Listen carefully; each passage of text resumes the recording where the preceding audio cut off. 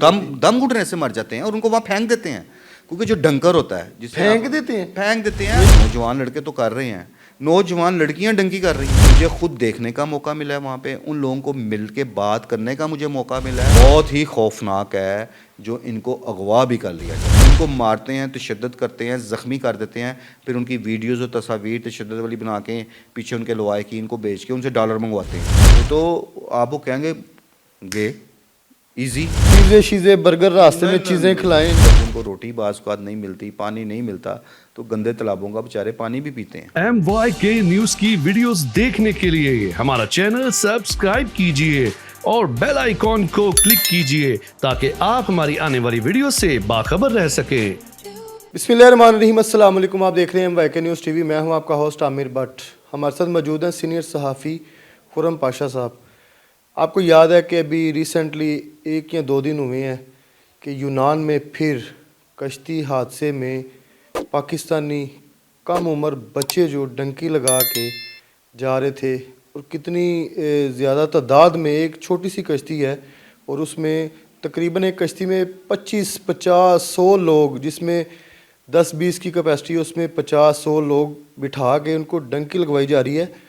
खुर्रम पाशा साहब ने भी काफ़ी सफ़र किया है, इनसे जानते हैं कि लोग डंकी लगा के क्यों जाते हैं, लीगल तरीके से भी जा सकते हैं, डंकी के ज़रिए ही क्यों जाना है। पहली बात है भी आपने एक बात की है कि मैंने बहुत सफ़र किया है, मैंने डंकी का सफ़र नहीं किया। वैसे उन इलाकों में जाने का इत्तेफाक हुआ है कि जहाँ पर इन एजेंटों का ना काफ़ी होल्ड होता है, ख़ुसूसन इस्तांबुल में। ठीक है। अच्छा, वो है अलमिया है हमारी कि सुहाने मुस्तकबिल की तलाश में हम लोग यूरोप का रुख करते हैं कि जी वहाँ जाएंगे, पैसे कमाएंगे, और यहाँ पे जो हालात यहाँ पे गुर्बत है, बेरोज़गारी है, और आपको यहाँ पे वो मौके मैसर नहीं है जिसे आप एक बाइज़्ज़त रोज़गार कमा सकें। तो एक हर बंदा कोशिश करता है कि अपने सुहाने मुस्तकबिल के लिए कोशिश करें। मैं तो हैरान हूँ उन वालिदैन पे कि जो अपने बिल्कुल नौजवान बच्चों को ये डंकी जैसे मामलात में झोंक देते हैं। डंकी असल में एक मौत का सफ़र है, और ये इंतहाई मुश्किल सफ़र है कि अगर कोई ये सोचे कि बड़ा आसान है कि जी कि हम लोग डंकी लगा के तो हम बड़ा आसानी के साथ यूरोप पहुंच जाएंगे और उसके बाद वहाँ जाके हमें नौकरी मिल जाएगी, नौकरी वहाँ इनकी तलाश में पड़ी होगी और हाँ उनका इंतज़ार कर रही है, और ये जनाब जाते ही वहाँ पे यूरो कमाना शुरू कर देंगे और अपने घर वालों के हालात ही रातों रात तब्दील कर देंगे। ऐसा नहीं है। हमारी सोसाइटी में अब अवेयरनेस आ चुकी हुई है, इस चीज़ से अवॉइड करना चाहिए, ये कोई अच्छा अमल नहीं है। और देखें कई चीज़ें तो सामने आ जाती हैं कि वो कश्ती डूब गई है तो लोग मर गए हैं, या बॉर्डर फोर्सेस ने फायरिंग कर दी, वहाँ लोग मर गए। कई ऐसे वाक़यात होते हैं जिसमें मुतअद्दिद लोग जान की बाजी हार जाते हैं, लेकिन वो चूँकि मीडिया में चीज़ें नहीं आती इसलिए वो मामला दबा रहता है। और जो लोग सुहाने ख्वाब सजाए डंकी करते हैं उनके घर में पीछे क्या वो एक बाद में जो गम की कैफियत होती है वो नाकाबिले बयान चीज़ें हैं, लेकिन इसके बावजूद लोग बाज ही नहीं आते। अच्छा सर, मुझे ये बताएं कि ये जो रास्ता इस्तेमाल करते हैं ये इजी रास्ता है, कोई पहाड़ी इलाके से लेके जाती हैं, क्या रास्ते हैं आपके सोर्सेज भी काफ़ी मजबूत हैं, ऑथेंटिक हैं, तो कभी उनसे आपकी गुफ्तगू हुई हो कि यार ये डंकी लगा के जो जा रहे हैं लोग किस रास्ते से जाते हैं, कोई रास्ता तो होगा इसमें भट्ट साहब मेरी ना सिर्फ उन लोगों से भी मुलाकातें और गुफ्तगू हुई थी। लास्ट टाइम मैं इस्तांबुल में था तो वहाँ पे मैं ऐसे बहुत सारे लोगों से मिला जो डंकी लगा के वहाँ गए हुए थे और फिर वापसी का उनके पास रास्ता नहीं था। फिर मेरी उन एजेंटों के साथ भी बातचीत हुई, उनके पास मैं बाकायदा एक जिसे कह लें गाहक बन के गया कि जी मैं इस्तांबुल तक तो आ गया हूँ, आगे मैंने जाना है, तो मैंने डील की उनके साथ। आपने ट्राई की है? ट्राई से मुराद है कि मैं उन लोगों में एंटर हुआ, ठीक है, उनका एतमाद हासिल किया। उन्हें नहीं था पता कि मैं जर्नलिस्ट हूँ और मैं तो एक आम सा उनका गाहक बन के गया ना। मुझे बहुत सारी चीज़ों का करीब से देखने का मौका मिला। अब जो आपने रूट की बात की, अब इसमें मैं थोड़ी सी आपको तफसील ये बताऊँगा। होता यूँ है कि एक दौर में जब ये काम का आगाज़ कई बरस से चल रहा है, ये तब 1.5-2 लाख, 2.5 लाख, 3 लाख ये एक नॉर्मल रेट था, लेकिन इन दिनों जो भी ताज़ा मालूमात मेरे तक आई है अब 6 से 7 लाख रुपया रेट चल रहा है। चूँकि आपको यूरोप का वीज़ा इतनी आसानी से नहीं मिलता, इवन तुर्की का वीज़ा भी आपको इतनी आसानी से नहीं मिलता, तो फिर लोग उसका शॉर्टकट अब उनके नज़दीक ये शॉर्टकट है, लेकिन ये बहुत लॉन्ग वे है, क्योंकि इसमें आपने अपनी ज़िंदगी को रिस्क पे दिया होता है। एजेंट ज़ात क्या करते हैं कि एक अरसे से देखा जा रहा है कि जो हमारी ये जीटी रोड वाली पट्टी है, वज़ीराबाद से आप शुरू हो जाते हैं, उसके बाद गुजरात, लाला मूसा, मंडी, बहाउद्दीन वाली साइड जो है, जेलम, सराय आलमगीर, गोजरा, इन इलाकों के एजेंट कई साल मुतहरिक रहे हैं इस हवाले से। अब वो क्या करते हैं, जब डील करते हैं उसमें इनका तय हो जाता है, जो भी एक सर्टन अमाउंट तय हो गई, उसमें फिर बाय पार्ट से पेमेंट देते हैं कि जब ईरान पहुंचेंगे इतने पैसे, ईरान के बाद तुर्की पहुंचेंगे इतने पैसे, और उसके बाद जब यूनान पहुंचाएंगे। इन्हें पहुंचाया जाता है पहले कराची, ठीक है, कराची से कोयटा, ठीक है, कोयटा से ग्वादर, ठीक है, फिर ग्वादर से अब जो इन्होंने रास्ता बनाया है, जो बॉर्डर है ईरान का, ये वहाँ से ईरान का ही शहर है, उसका नाम भी ईरान है, ये उसमें दाखिल करते हैं। ठीक है, ईरान से जब ये क्या जाते हैं ईरान शहर में, वहाँ से ये मशहद एक ईरान का शहर है, वहाँ पहुँचते हैं, वहाँ से ये तेहरान पहुँचते हैं, और फिर तेहरान से इनको जो इस्तांबुल का जो एक शहर है, इस्तांबुल नहीं सॉरी तुर्की का एक शहर है डोगो ब्यास, ठीक है, वहाँ पहुँचाते हैं, और डोगो ब्यास से फिर इस्तांबुल, और इस्तांबुल से फिर जो बॉर्डर है यूनान का और तुर्की का, वो बॉर्डर ऐसा है कि वो एक नहर है, उसमें पानी बहुत एक तो तेज़ होता है और बड़ा यख बस्ता पानी होता है। वो नहर का आधा हिस्सा तुर्की में है और आधा हिस्सा यूनान उसमें आता है। उस नहर में ना वो कश्तियों के ज़रिए फिर इनको इस्तांबुल से यूनान में दाखिल करते हैं। अच्छा, अब वो अभी आप जो कश्ती की बात कर रहे हैं, वो कश्ती क्या होती हैं कि वो होती हैं उनमें हवा भरी जाती है, जो बड़ी हो जाती हैं, फूल जाती हैं। अब उसमें अगर बिलफर्ज गुंजाइश है 5 से 10 लोगों की, तो 25-25 लोगों को उन पर सवार किया जाता है। जहाँ वो अनबैलेंस हुई वहाँ पे वो उलट गई और लोग मारे गए, तेज़ होता है। अच्छा, जो लोग कामयाब हो जाते हैं, और इसमें मैं आपको बताऊं 100 में से 5% ही ऐसे लोग होते हैं कि जो यूरोप में दाखिल होने में कामयाब होते हैं। अब ये बज़ाहिर ये एक मुख्तसर सा मैंने आपको रूट बताया कि जी ये रूट है, लेकिन ये रूट इंतहाई तवील है, इंतहाई मुश्किल है। इसमें पहाड़ भी आते हैं जिन्हें इन्होंने पैदल क्रॉस करना होता है, उन्हें जब गाड़ियों में भी शिफ्ट किया जाता है। और आप ये सुन के हैरान होंगे कि जो गाड़ी की डिक्की होती है, उस डिक्की में 7-7, 8-8 लोगों को ठोंसा जाता है। गाड़ी में लेके जाते हैं, पैदल कुछ नहीं, कुछ इलाके में, कुछ इलाकों में। बाकी जो सफ़र है मोस्टली पैदल है, जो पहाड़ियाँ ख़तरनाक पहाड़ियाँ हैं।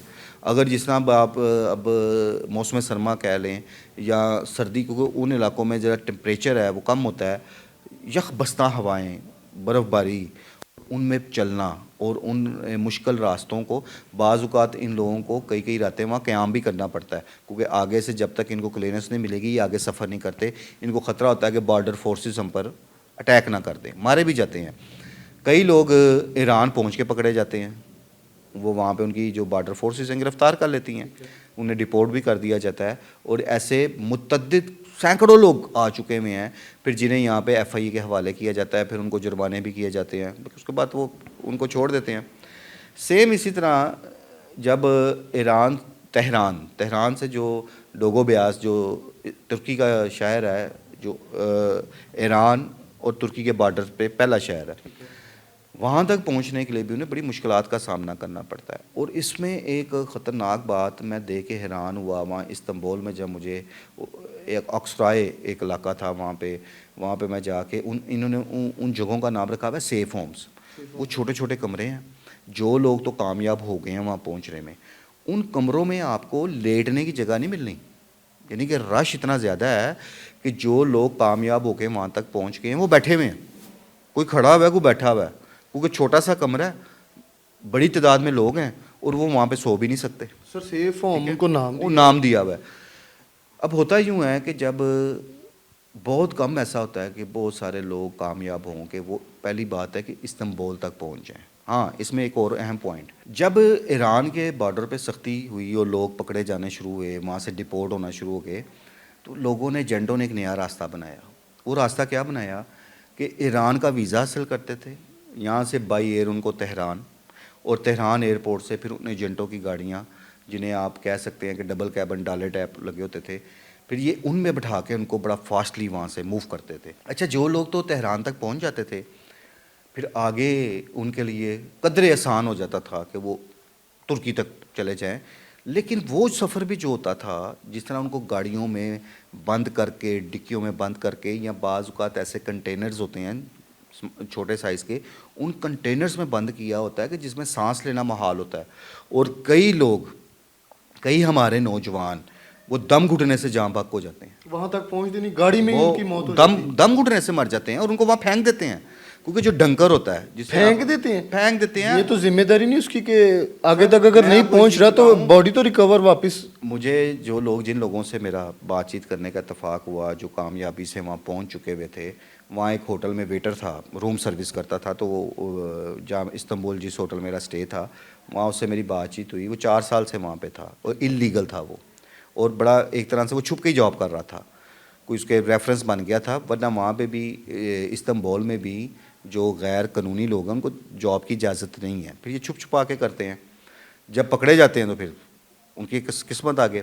तो वो कहता था मैं 4 साल हो गए हैं मुझे यहाँ बैठे हुए, और मैं ना पाकिस्तान वापस जा सकता हूँ, ना मेरा आगे जाने का कोई सिस्टम बन रहा है, और मैं कई एजेंटों को पैसे खिला बैठा हूँ, मेरे पैसे मर गए हैं। अब वो चूँकि ऑलरेडी वहाँ गैर कानूनी रह रहा है, तो वो उन एजेंटों के ख़िलाफ़ कैसे कार्रवाई कर सकता है? ठीक है। दूसरा, ये जो डंकर होते हैं, ये इतने सफाक लोग होते हैं कि ये चेन है पूरी। एक आपको एजेंट पहले डील करता है, वो आगे डंकी कराने वालों को डंकर हम कहते हैं, उनसे डील करता है। ये भी मुझे कई लड़कों ने बताया है कि उनके पास एक चाकू होता है, अगर कोई थक गया है पहाड़ों पे चढ़ते सफ़र करते, दिन रात ये लोग सफ़र भी करते हैं, फिर अगर इनको आगे से सिग्नल नहीं मिल रहा तो फिर वहीं जंगलों में छुप के गुजारते हैं टाइम। और अगर वो देखते हैं कोई थक गया है, कोई किसी में हिम्मत नहीं रही चलने की, ये उसको चाकू मार देते हैं, ना करे सर, फेंक देते हैं मार के। और लड़के कहते हैं कि हमने जिन रास्तों से हम आए हैं, हमने मुतद्दिद लाशें मिली हमें कि जो गिरे हुए थे, लड़कों ने बैग पीछे लटकाए हुए थे और वो मरे हुए थे वहाँ पे। कई होते हैं कि जो स्लिप हो गए पहाड़ से, किसी की टांग टूट गई है, किसी का बाजू टूट गया है, वो लोग इस चीज़ की परवाह नहीं करते। वो इतने सफाक लोग होते हैं, वो कहते हैं जो बच गए हैं वो चलें आगे, जो गिर गया वो गिर गया, क्योंकि रास्ते में तो कोई मेडिकल ट्रीटमेंट नहीं होता।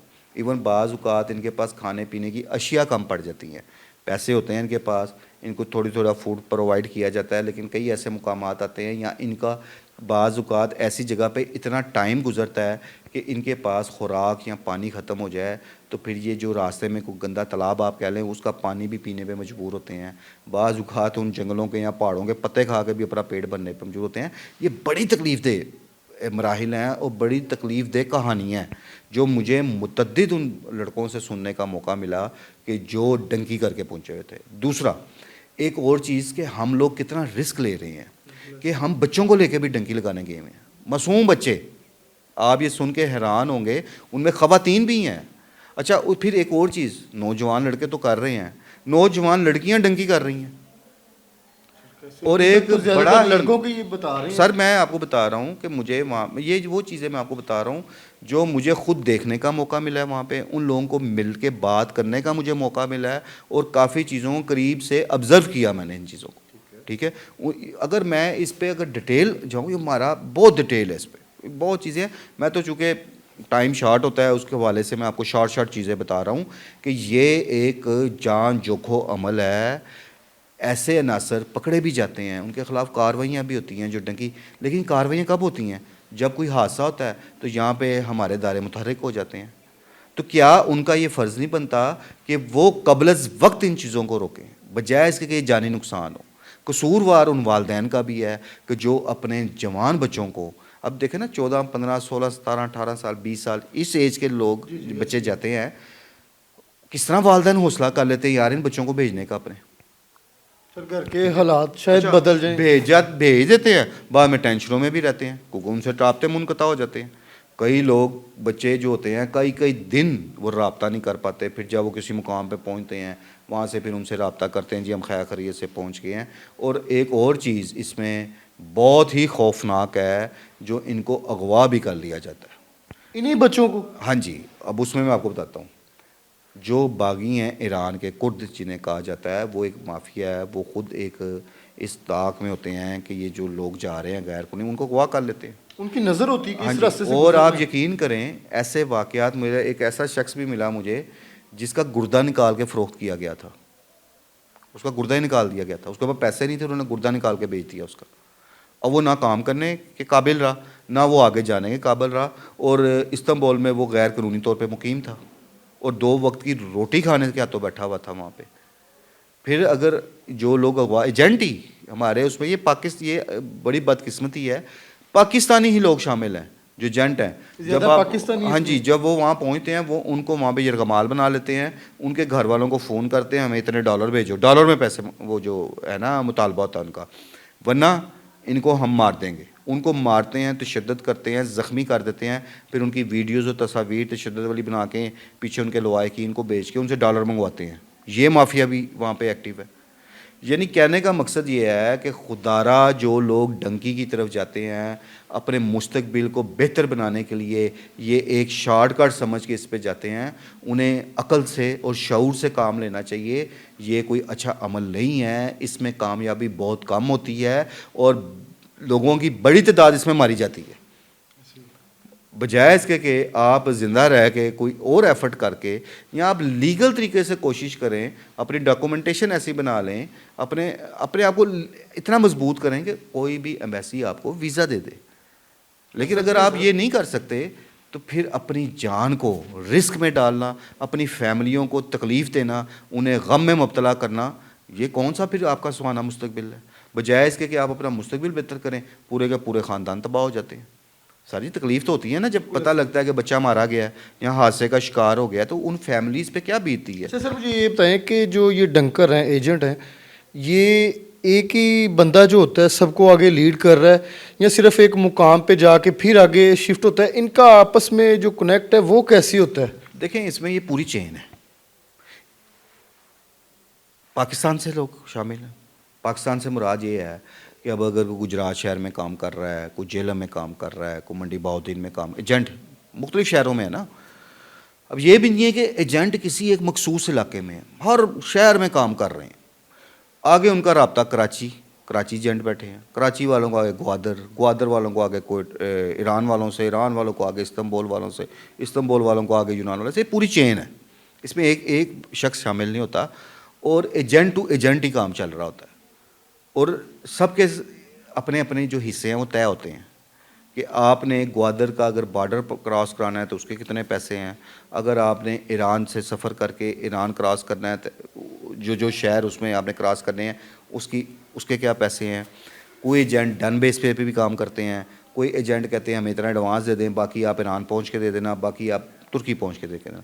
तो मकसद है कि ये पूरी एक चेन है जिस पे ना सिर्फ पाकिस्तानी बल्कि ईरानी भी शामिल हैं, बल्कि अगर मैं ये कहूँ कि उसमें तुर्किश लोग भी शामिल हैं। मिलके काम चलता है ना, और ये काम साल से चल रहा है। इसमें सैकड़ों, मैं इसमें ये नहीं कहूँगा दर्जनों, सैकड़ों जाने जा चुकी होंगी अब तक और जा रही हैं। लेकिन फिर बात है कैसे रोका जा सके? जब ये कश्ती हादसा का शिकार बनती है तब भी हम लोग और सारे लोग देखते हैं, नहीं तो ऐसे तो किसी की नज़र ही नहीं पड़ती, तो इसको कैसे रोका जाएगा? सर मैं आपको एक बात बताऊं, इसमें भट्ट साहब, इसमें अदारों को हरकत में आना होगा, उन्हें अपने जो एक्शन है उसको तेज़ करना होगा, बॉर्डर पे जो क्रॉसिंग हो रही है उसकी रोकथाम करनी होगी, उन एजेंटों को निशाने इबरत बनाना होगा कि जो लोगों की ज़िंदगियों के साथ थोड़े थोड़े पैसों की खातर खेल रहे हैं। अब वो पकड़े जाते हैं, बाद में उनकी ज़मानतें हो जाती हैं, वो आके बाहर फिर वही काम धंधा शुरू करते हैं। अच्छा, इसमें कई ऐसे एजेंट मुझे मिले कि जो खुद डंकी करके गए, तुर्की तक पहुँचे और चूँकि वो आगे जाने में कामयाब नहीं हो सके तो उन्होंने अपना दाल रोटी तो कमाना है ना, वो खुद एजेंट बन गए वहाँ जाके। अच्छा, क्योंकि रास्ता उनको पता चल गया कि आगे कैसे, उन्हें लोगों को वहाँ पे बुलाना शुरू कर दिया और लोगों के साथ डील करनी शुरू कर दी। तो वो उसमें बड़ी तादाद मुझे इस्तांबुल में ऐसी मिली कि जो लोग खुद एजेंट बने हुए हैं लेकिन वो भी डंकी के ज़रिए वहाँ तक पहुँचे थे, फिर आगे जाने में कामयाब ना हो सके तो उन्होंने कहा आगे जाके जो करना है वो यहीं बैठ के हम करें, तो वो वहाँ पे बैठे वो पैसे कमा रहे हैं। और अच्छा, ये एजेंट ऐसे हैं कि वो नज़र रखते हैं कि पीछे से फिनंशियली स्ट्रॉन्ग कौन है, पता चल जाता है उनको, वो करके उनसे वो फिर पैसे मंगवाते रहते हैं। और अगर कोई फिनंशियली स्ट्रॉन्ग नहीं भी है तो यार यहाँ पे फिर लोग अपने बच्चे की जान बचाने के लिए या उसकी जो तकलीफ़ वाली वीडियो देखते हैं, उसका तशद्दुद होता देखते हैं, वो उधार पैसे उठाएंगे, अपने घर की चीज़ें भेजेंगे, उनको पैसे भेजेंगे वो उस पर भी पता नहीं बच्चा वापस आता है कि नहीं आता। तो इसमें डंकी को रोकना बहुत ज़्यादा ज़रूरी है। उस एजेंट माफिया के ख़िलाफ़ तेज़ तरीन कार्रवाइयाँ करने की ज़रूरत है और वालिदैन भी होश के नाखुन लें, अपने बच्चों को, उनकी जानों को रिस्क में ना डालें। अच्छा सर, मुझे ये बताएं कि आपने स्टार्टिंग में बताया कि आपकी वहाँ पे मुलाकात हुई डंकर से, तो क्या उन्होंने इंकशाफ ऐसे आपको बताए हैं? आपने नहीं कोशिश की कि यार ये मैं यहाँ तक तो लीगल आ गया हूँ कि आगे मैं ट्राई करूँ इनके ज़रिए यूरोप जाने की, तो उनके क्या अभी आपको बताया है कि जब मेरे इल्म में ये वाक़या सारे मामलात आए, ये तो हम वहाँ पे टूरिज़म के लिए थे ना, लेकिन वो एक सहाफ़ती हिस्स तो रहती है ना। जब मैंने वहाँ पे थोड़ा देखा मामला, तो मैं ख़ुद फिर उनका गाहक बना। मैंने वहाँ डील की भी कहता कि मुझे इस्तांबुल तक तो मैं आया हुआ हूँ, लीगल आया हुआ हूँ, आगे मैं यूरोप जाना चाहता हूँ। इस तरह करके उनको मैं अपने जाल में फंसाया। आपने जाना नहीं था सिर्फ? नहीं, मैंने जाना कहाँ था, लेकिन चूँकि उनमें घुसना था, उनके साथ टाइम गुजारा, फिर वो लोग मुझे अपने सेफ होम्स में लेके गए जहाँ उन्होंने लोगों को रखा हुआ था। तो मकसद है कि इस तरह शायद वो मुझे कुछ भी ना बताते। वो तो बड़े कॉन्फिडेंट है, अपनी तरफ से वो ये दिखाने गए थे मुझे कि देखें हमारे पास कितना कस्टमर है जिनको हमने आगे लेके जाना है। अच्छा, उनमें आपको भी ठीक है, वो मुझे इत्मीनान दिला रहे थे कि हमारा काम ही बड़ा है, हम तो देखें ना कितनी। कभी भी कोई डंकर ये नहीं बताएगा कि ये यहाँ तक कैसे पहुँचे हैं, ये कितने लोगों का काफ़िला चला था और कितने लोग रह गए हैं। वो तो कहते हैं हम कामयाब हैं, हमारे भेजे बंदे जा रहे हैं। ये चीज़ें तो उन लोगों से, उन लड़कों से मैंने आपको कहा कि जिनसे वो जो गैर कानूनी वहाँ मुकीम थे, कोई किसी होटल में काम कर रहा है, कोई किसी फैक्ट्री में कर रहा है, ऐसे को 2-4 लोगों से मेरा वास्ता पड़ा। ये कहानियाँ फिर उन्होंने मुझे बताई कि रास्ते में उन्हें किन किन दुश्वारियों का सामना करना पड़ा, वो कैसे पहुँचे। रास्ते में उन्होंने लाशें गिरी हुई देखी और डंकर क्या सलूक करते हैं, किस तरह चाकू मारते हैं। या एक और बड़ी इसमें बात है कि मुतद्दिद ख़वातीन अपनी इज़्ज़त भी गवा बैठती हैं इस डंकी के चक्कर में। फैमिलीज भी जा रही हैं, बच्चे जा रहे हैं यार, मासूम बच्चे गए हैं वहाँ पे। तो मैं वही कहता हूँ, बड़ा इन लोगों का जिगरा है, बड़ा हौसला है कि किस तरह वो अपने मासूम बच्चों को लेकर डंकी लगाने चल पड़ते हैं। अच्छा सर, लास्ट पे अभी ये जो रिसेंटली हुआ है, तो उस पे नौजवान नस्ल के लिए और वालिदैन के लिए ख़ास करके कोई मैसेज हमारे प्लेटफार्म के थ्रू आप देना चाहें? देखिए, इसमें अब मैंने फिर कहा है कि अब तो सोशल मीडिया के ज़रिए हर चीज़ सामने आ रही है। इन नौजवानों को सोचना चाहिए, देख लें, अब सर्च करें कि जो डंकी करते हैं उनका अंजाम क्या होता है। अब एक बंदा अगर कामयाब हो भी गया है, पहुंच गया है, तो उसके पीछे आप सारे तो ना लगो ना। तो बजाय इसके कि आप लोग ये डंकी का रास्ता अख्तियार करें, कुछ सेफ वे देख लें, कुछ ना शॉर्टकट ढूंढें, अपनी जानों को आप रिस्क पे ना डालें। एजेंटों का कुछ नहीं जाता, वो तो पैसे कमा रहे हैं और वो आपको कभी भी नहीं कहेंगे कि मुश्किल है, वो तो आपको कहेंगे गे ईजी। तकरीबन 1 महीने के अंदर अंदर हो जाता है, 1 महीने का सफ़र है। इसमें बाज़ औक़ात हफ्ता 10 दिन भी लग जाते हैं, बाज़ औक़ात महीना भी लग जाता है, बाज़ औक़ात अब कई ऐसे लोग थे जो 2-2 3-3 महीने से इस्तांबुल बैठे हुए थे, वो आगे नहीं जा पा रहे थे, वो इस्तांबुल में बैठे हुए थे। खाना पीना अपना साथ लेके जाना कि जो एजेंट हैं वही उनको कोई अच्छी पिज़्ज़े शीज़े बर्गर रास्ते में चीज़ें खिलाएं? वो आपको खुद ही करना होता है। रास्ते में कोई ऐसी चीज़ें हैं, मकामात आते हैं कि वो आपको वहाँ पे ख़ुद पानी भी ख़रीदना है। मैंने फिर कहा कि जब उनको रोटी बाज़ औक़ात नहीं मिलती, पानी नहीं मिलता, तो गंदे तालाबों का बेचारे पानी भी पीते हैं। ये तो नाज़रीन, डंकी लगाने से बेहतर है कि पाकिस्तान में अगर रह के कुछ करें तो हर चीज़ आपके पास अवेलेबल है। अभी अंडर एज जो बच्चे जा रहे हैं, फैमिलीज़ भी जा रही हैं, और आगे क्या मुश्किलात उनके लिए हैं, देखने में और सुनने में ये चीज़ें बहुत आसान हैं, लेकिन वो कहते हैं ना पंजाबी दी मिसाल, राह पे जाने या वाह पे जाने। और जो लोग 100 में से तकरीबन 5% लोग जो कामयाब होते हैं, लेकिन बाकी 90 जो 5% है उनका कुछ पता ही नहीं है। घर वालों तो आज तक चीज़ें मिली नहीं कि हमारे बच्चे कहाँ पे हैं।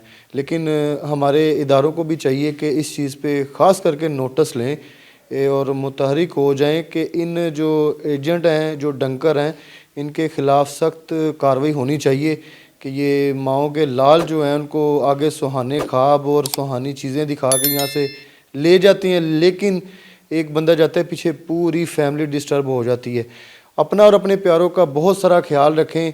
अपनी कीमती राय हमें ज़रूर बताइएगा इस प्रोग्राम के हवाले से। इसी के साथ अपने होस्ट आमिर भट्ट को इजाज़त दें। अल्लाह हाफिज़।